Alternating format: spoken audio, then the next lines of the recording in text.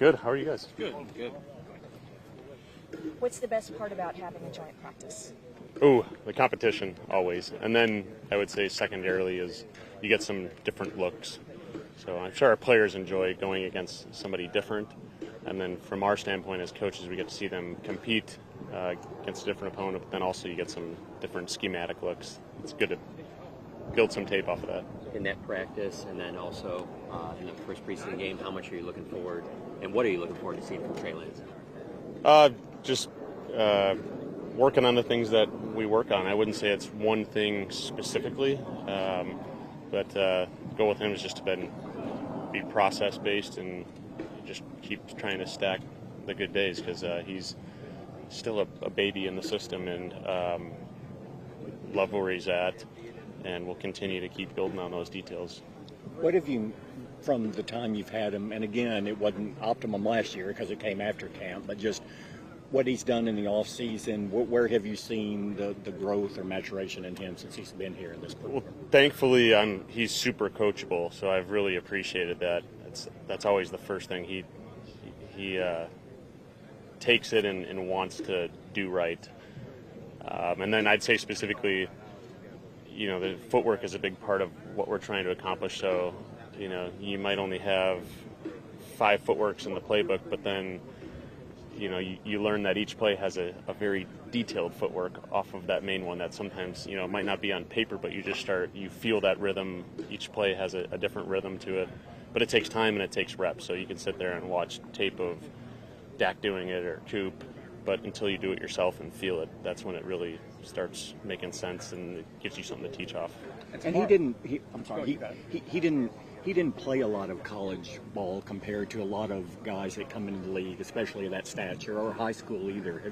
Have you found there's a correlation in that as far as being able to excel and pick it up at this level based on how many snaps and repetitions you had in college? Yeah, like I said, he's super coachable and he's done a great job learning the system. And then, it's going against Coach Zimmer's defense, which is a schematic challenge. So he's kind of got that on his plate as well.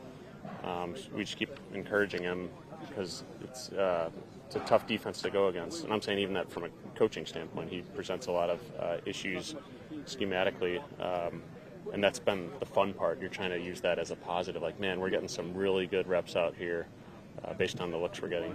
And tomorrow offers him a unique opportunity in the sense that he can see what the Rams are throwing at him and kind of adjust in time for Sunday. How big of that is that going to be for him? Almost like a cheat sheet for Sunday, if you will.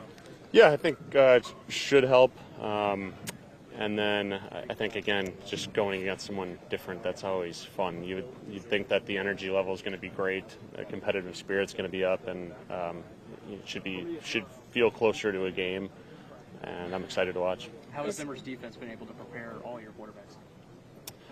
They just do a lot of disguising. They present protection issues. That's the primary thing, so you got to be on your toes with knowing your hots, knowing your protection adjustments. Dak and Coach McCarthy, Trey, and Cooper have all talked about how much they enjoy the quarterback room.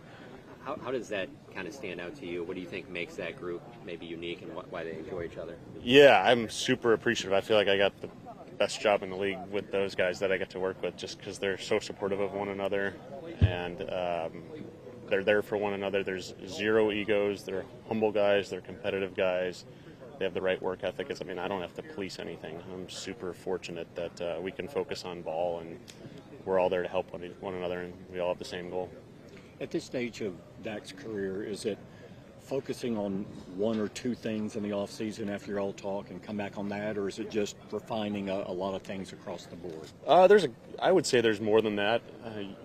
The process for us as coaches, you come in and you watch all the reps from the previous season, and you start kind of building these buckets of themes, things that you think you can get a little bit sharper on. So,